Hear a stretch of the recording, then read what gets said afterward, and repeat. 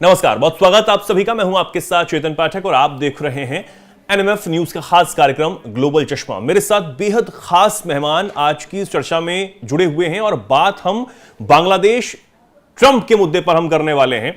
क्या विषय है ये आपको बताता हूं, लेकिन उससे पहले हमारे मेहमान से आप सभी को रूबरू करवाएंगे। हमारे साथ सुशील सिंघल जी हैं, पूर्व राजनयिक हैं। बहुत स्वागत सर आपका एनएमएफ न्यूज पर। बात जो है आज हमारी होने वाली है, जिस तरीके से प्रधानमंत्री नरेंद्र मोदी वापस तो लौट आए हैं अमेरिका और फ्रांस के दौरे से, लेकिन अमेरिका में जो बातचीत ट्रंप के साथ हुई उसमें ट्रंप ने बांग्लादेश के मुद्दे को लेकर यह साफ कह दिया कि भैया भारत जो है वो अपनी तरीके से अब इस मामले को लेकर डील करे।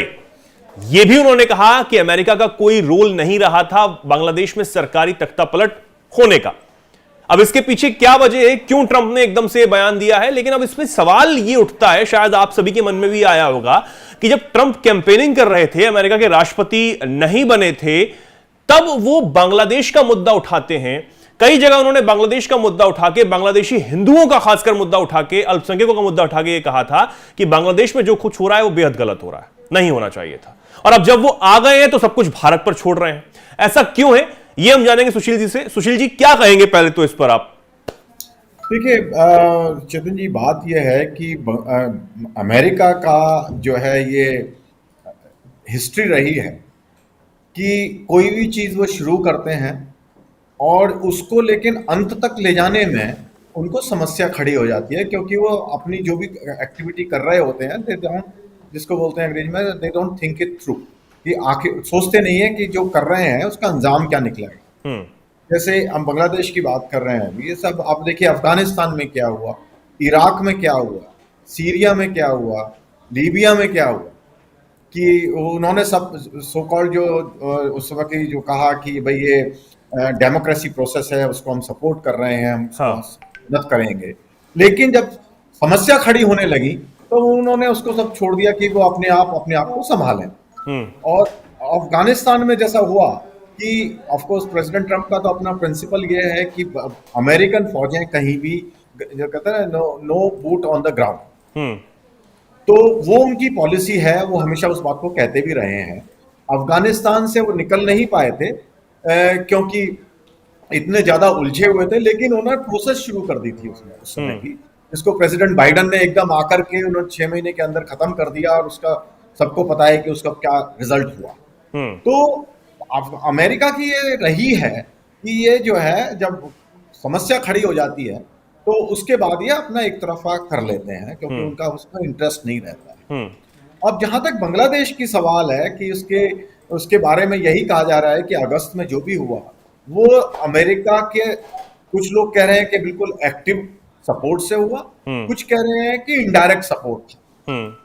लेकिन हम सपोर्ट तो था, इसमें कोई शक नहीं है, क्योंकि जिस तरीके से प्रेसिडेंट बाइडन ने रिएक्ट किया और जिस तरह से मोहम्मद यूनुस ने एक्ट किया, तो वो बिल्कुल दर्शाता है कि कुछ ना कुछ आपस में समझ थी। ऑफ कोर्स इनका क्लिंटन्स का भी इसमें एक रोल है, क्योंकि ये बहुत क्लोज हैं, ये मोहम्मद यूनुस साहब उनके क्लिंटन्स के, उनकी चैरिटीज हैं, फाउंडेशन है, उसमें उन्होंने पैसा भी दिया है, उनको लोन भी मिले हैं, तो उनके आपस में बहुत क्लोज रिलेशनशिप है। तो कहीं ना कहीं अमेरिकन इन्वॉल्वमेंट था। और डोनाल्ड ट्रंप जो है वो बहुत क्लियर थे शुरू से ही, इवन इलेक्शन कैंपेन के दौरान, कि बांग्लादेश में भारत जो अमेरिकन इन्वॉल्वमेंट नहीं होना चाहिए। और वहां जो हुआ उस समय में हो रहा था या हो रहा है कि लेकिन अब सब कुछ भारत पर छोड़ देना कितना सही होगा, क्योंकि आप एक तरफ तो कैंपेनिंग में मुद्दा उठाते हैं, बहुत बड़ा दुनिया का ध्यान अपनी ओर आकर्षित कर लेते हैं, और अंत में जब बांग्लादेश की चुनौतियों को खत्म करने की बात भारत भी उम्मीद लगाए बैठा हुआ था, तो आप ये कहते थे कि भारत देखे। अब अगर भारत कुछ एक्शन लेता है बड़ा, लेकिन हमने बहुत संयम रखा हुआ है तमाम चीजों को लेकर, अगर हम आने वाले दिनों में कोई सरकार बड़ा फैसला लेती है तो सबसे पहले अमेरिका को दिक्कत होगी। देखिए, जरूरी नहीं है कि जो, अगर उसको देखें, उसको सांकेतिक रूप से अगर देखा जाए, तो उन्होंने कहा है कि भारत देख ले, मीन्स कि अमेरिका अब जो है अपना पल्ला झाड़ चुका है। और जो है, क्योंकि ये हमारे एरिया ऑफ इन्फ्लुएंस में आता है, हमारे इमीडिएट इंटरेस्ट है हमारा, तो उनका ये भी कहने का मतलब हो सकता है कि भाई भारत अपने हिसाब से जो करना है वो देख लें, उस हिसाब से कैसे अपने आप को वो बांग्लादेश के साथ में डील करना चाहते हैं, काम करना चाहते हैं उनके साथ में। क्योंकि अल्टीमेट, और जैसे बात क्या है कि एक तो यूएस एड बंद हो गया, जो है जो असिस्टेंस मिलती थी वो बिल्कुल कंप्लीटली रोक लगा दी गई है। हाँ। और बांग्लादेश को उसका बहुत बड़ा फायदा था, बहुत बड़े प्रोजेक्ट चल रहे थे उनके यहाँ, 300-400 मिलियन तक कह रहे हैं डॉलर उनको मिलता था एनुअली, वो एकदम वो खत्म हो गया, उनके सारे प्रोजेक्ट खत्म हो गए। और बांग्लादेश को ये एक उम्मीद थी कि अमेरिकन सपोर्ट वर्ल्ड बैंक से या आईबीआर जो है आईएमएफ से उनको लोन मिल जाएंगे, क्योंकि बांग्लादेश की इकोनॉमिक कंडीशन बहुत खराब है। और दूसरा एक जो हमने अभी ध्यान नहीं दिया है, अमेरिका ने कहा है कि जो जो अब इन्होंने अभी उस दिन एग्जीक्यूटिव ऑर्डर साइन किया है 2 दिन पहले, हाँ। जिसमें कहा है कि जिस देश का जितना कस्टम ड्यूटी है हम वो भी वही उतना ही रेसिप्रोकल टैक्स लगाने की बात। रेसिप्रोकल, तो उसमें बांग्लादेश भी अफेक्ट होगा, क्योंकि उनकी भी जो है सबसे बड़ा एक्सपोर्ट तो मार्केट उनका जो गारमेंट का है वो यूएसए को है। बिल्कुल। तो उनको जो जीएसपी वगैरह बेनिफिट मिलते हैं वो भी शायद हो सकता है बंद हो जाए फिर, क्योंकि इनकी बांग्लादेश में जो ड्यूटीज है वो बहुत हाई हैं। तो इस सब को मद्देनजर रखते हुए अमेरिका ने अपना पल्ला जो है एक तरीके से कर दिया है, और एक जो है बांग्लादेश को जो उम्मीद थी कि अमेरिकन कोई सपोर्ट मिलेगा वो उसको उनको खत्म कर दिया गया है। तो हाँ, इसमें एक सवाल ये भी आ जाता है कि जो यूएस एड का मुद्दा पिछले दिनों अमेरिका में खूब उठा, दुनिया भर में अभी फिलहाल इसकी चर्चा है। यूएस एड पर बहुत बड़ी चोट ट्रंप और मस्क की तरफ से मारी जा रही है। कहा यह जा रहा है कि डीप स्टेट का एक बहुत बड़ा ये नमूना रहा, लेकिन तमाम चीजों को जोड़ा गया यूएस एड में कि भैया किस तरीके से अलग अलग देशों में जब तख्ता पलट होता रहा, और हमने पिछले दिनों दिखाया भी सुशील जी अपने दर्शकों को कि एक के बाद एक ट्रेंड बनता जा रहा था तख्ता पलट होना, चाहे वो अफगानिस्तान में हो, इराक में हो, और भी जो अफ्रीकन देश वहां पर भी तख्ता पलट हुआ। तो तख्ता पलट ट्रेंड के बीच में जब यूएस एड का खुलासा होता है कि इस वजह से तख्ता पलट हो रहा था, तब बांग्लादेश को इससे क्यों अलग रखा गया ट्रंप की तरफ से? ट्रंप ने यह क्यों कहा है कि बांग्लादेश में तख्ता पलट हुआ, उसमें हमारा कोई रोल नहीं था? तो जब यूएस एड को आप यह मान रहे हैं कि बाकी जगह उसने साजिश रची, तो बांग्लादेश में नहीं रची होगी? देखिए, ऐसा है कि जो सरकार होती है वो कभी किसी भी पार्टी की हो कभी इस तरह से एडमिट नहीं करते हैं। यूएस एड के बारे में जो खबर आ रही है तख्ता पलट की, सरकारी तौर पे नहीं आया है, और तो कोई भी सरकार उसको नहीं कर सकती क्योंकि नेशनल इंटरेस्ट इन्वॉल्व होते हैं। तो लेकिन ये सब इनडायरेक्ट जो है मैसेजेस आ रहे हैं, तो इसलिए जो है मेरे विचार से कोई भी गवर्नमेंट ये नहीं कहेगी कि अभी हम इसमें इन्वॉल्व थे, किसी भी पार्टी की हो चाहे उसकी अल्टीमेटली कंट्री तो कंट्री है। बिल्कुल। तो इसलिए वो कोई एडमिट नहीं करेगा कि हमने कोई हमारे देश का या हमारे किसी एजेंसी का इसमें इन्वॉल्वमेंट था, तो वो एक अंडरस्टैंडेबल बात है।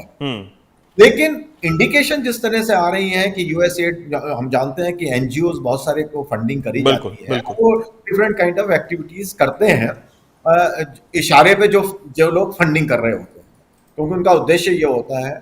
और यूएस बांग्लादेश के केस में भी ऐसी खबरें आ रही हैं कि कुछ एजेंसीज थी जिस तरह की वो रिपोर्ट तैयार की गई थी उनके लिए कि सरकार बदल जाएगी तो क्या होगा, क्या करना चाहिए, तो वो एक इंडिकेशन है कि उसमें कहीं ना कहीं उनका इन्वॉल्वमेंट था। कुछ लोग कह रहे हैं कि उन्होंने शायद ट्रेनिंग प्रोग्राम भी रन किए थे स्टूडेंट लीडर्स के लिए कि किस तरीके से उन्हें जो है ये उनकी आलोचना करनी चाहिए, किस तरह से कैंपेन करनी चाहिए।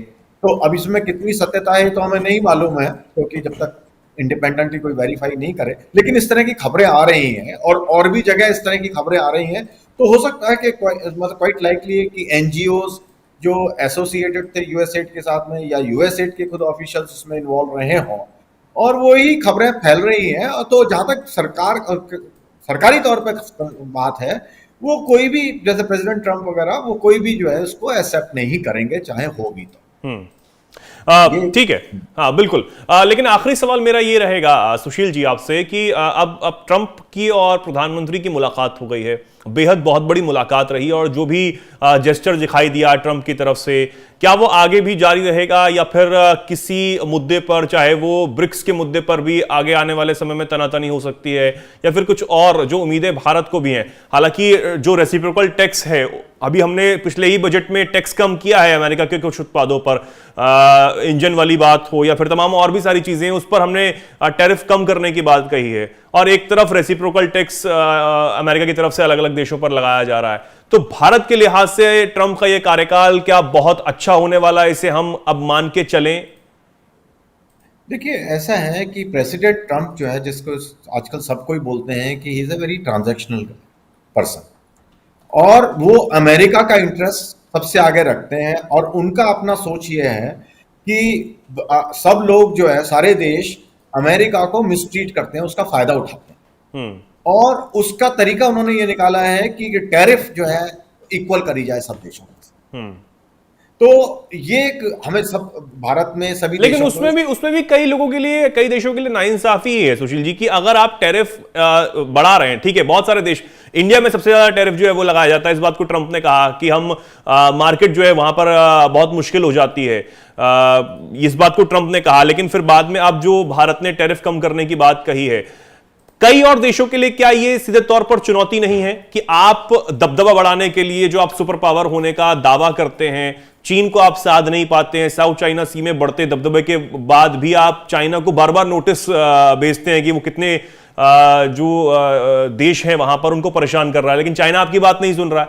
तो क्या इस टैरिफ वॉर से, जो ये टैरिफ वॉर बढ़ाने की बात की जा रही है, ये तमाम और देशों को पोक करने वाली बात नहीं है?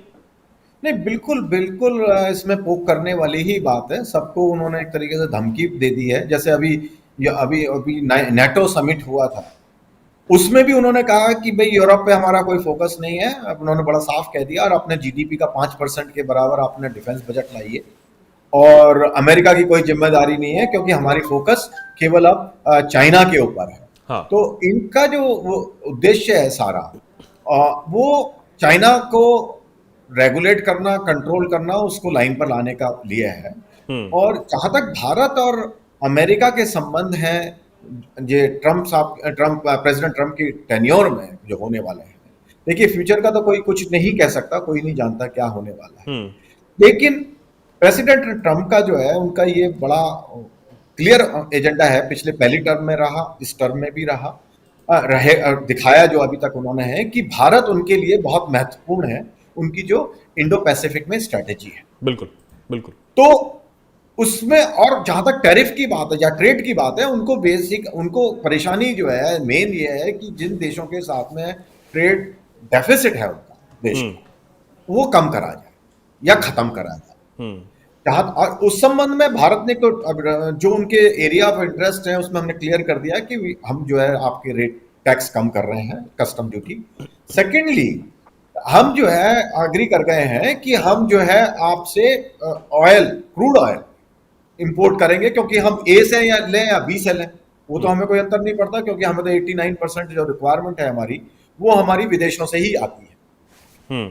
तो मोस्टली हमारे जो है ऑन स्पॉट कॉन्ट्रैक्ट होते हैं, तो उनके साथ में हम लॉन्ग टर्म कॉन्ट्रैक्ट कर सकते हैं, हमें भी स्टेबिलिटी मिलेगी, उन्हें भी मिलेगी। डिफेंस में हम काफी उनके साथ में सामान खरीद रहे हैं, और जहां तक और जो इलेक्ट्रॉनिक्स का एरिया है उसके बारे में भी बात हो रही है। देन हमें जो अभी जो अंडरस्टैंडिंग हुई है ये न्यूक्लियर रिएक्टर्स के ऊपर, बिल्कुल, वो एक बहुत बड़ा हमें फायदा होगा, उनसे उनको भी फायदा होगा, क्योंकि हमें फायदा होगा, टेक्नोलॉजी मिलेगी।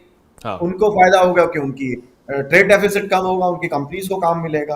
प्लस हम मॉड्यूलर न्यूक्लियर रिएक्टर की बात कर रहे हैं, जो हमने फ्रांस से भी की है, क्योंकि मॉड्यूलर जो फ्यूचर है न्यूक्लियर एनर्जी का, मॉड्यूलर न्यूक्लियर रिएक्टर होने वाले हैं, क्योंकि वो जिस तरह से हम भारत बढ़ना चाहता है डेटा प्रोसेसिंग में, आर्टिफिशियल इंटेलिजेंस में जो डेटा यूज होता है, उसकी रिक्वायरमेंट बहुत ज्यादा है उसमें पावर की। तो उसमें अब ये कॉन्सेप्ट नया आ रहा है कि उसके जो डेटा सेंटर होंगे उनके साथ में ही मॉड्यूलर न्यूक्लियर रिएक्टर लगाए, तो वो सेल्फ सस्टेनिंग वो बन जाएंगे। तो ये नया मॉडल निकल के आ रहा है। और क्लीन एनर्जी जो हमारा अपना एरिया है, जिसमें भारत बहुत ज्यादा कमिटेड है, उसमें भी हमें इसका सहयोग मिलेगा कि हम nuclear energy, clean energy use करेंगे। तो हमारे लिए लॉन्ग रन में सबका बहुत फायदा है। और प्रेसिडेंट ट्रम्प, क्योंकि वो ट्रांजैक्शनल है, जब तक उनको दिख रहा है कि अमेरिका का बेनिफिट है, वो उनको कोई समस्या नहीं है, उनको दे वांट, और उनका लेकिन दिल से उनका यह है कि उनको मालूम है, उन्होंने एक्सेप्ट कर लिया है हर जगह, और उनका जो बिहेवियर रहा है वो भी इसमें है कि वो मानते हैं कि भारत एक बहुत जरूरी हिस्सा है जो उनकी स्ट्रेटेजी है उसके लिए। बिल्कुल। और इस दौरे के दौरान जिस तरीके से मेक अमेरिका ग्रेट अगेन का जो नारा प्रेसिडेंट ट्रंप का है, उसके सामने मेक इंडिया ग्रेट अगेन का नारा भी प्राइम मिनिस्टर मोदी ने दिया और कहा कि प्रेसिडेंट ट्रंप इसमें मदद करेंगे। तो देखना होगा कि प्रेसिडेंट ट्रंप क्योंकि अब ये तो साफ है कि वो अमेरिका के हितों के लिए ही काम कर रहे हैं, उनको मतलब नहीं है यूक्रेन से अपनी सेनाओं को हटाना हो, उस वॉर को खत्म करना हो, या फिर मिडिल ईस्ट में चल रहा संघर्ष खत्म करना हो, गाजा पर नियंत्रण करने का जो ऐलान कर दिया गया हो, वो सीधे तौर पर सिर्फ अमेरिका के हित में ही काम करना चाहते हैं और उन्होंने बार बार इस बात को दोहराया है। लेकिन हमारा जो ये आज की चर्चा रही वो सिर्फ इस पे रही कि बांग्लादेश के मुद्दे पर क्यों आप इंडिया को छोड़ना चाहते हैं। ठीक है, अब इंडिया जो भी करे वो इंडिया के ऊपर है, और इस बात को सांकेतिक तौर पर तो प्रेसिडेंट ट्रंप ने कह दिया है, लेकिन अब बारी है भारत की कि आखिर बांग्लादेश का इलाज कैसे होगा, बांग्लादेश का इलाज कब तक होगा, क्योंकि वहां पर जो कट्टरपंथी ताकतें हैं वो दिन प्रतिदिन हावी होती हुई नजर आ रही हैं।